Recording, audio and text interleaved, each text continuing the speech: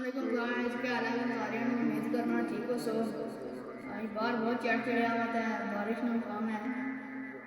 असा सोचा आई ब्लॉग बनाई आई सोना प्यारा जा कलाम गाना बाबा बुल्ले शाह लिखेंगे अव्वल हमद सना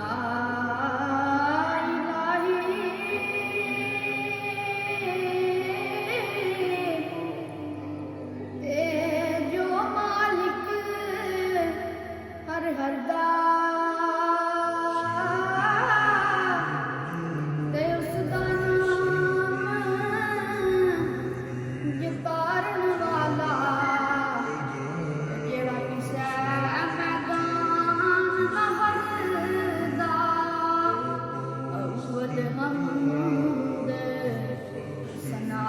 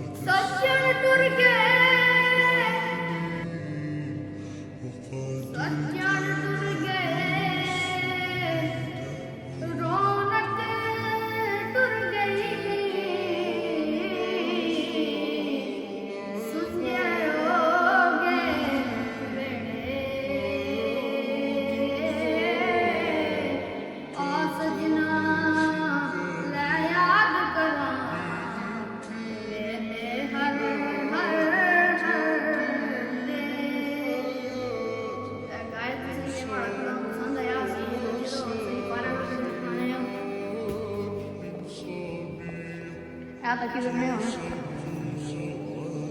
बार बादशाह नाम कौन है? आता को आता किधर में हो?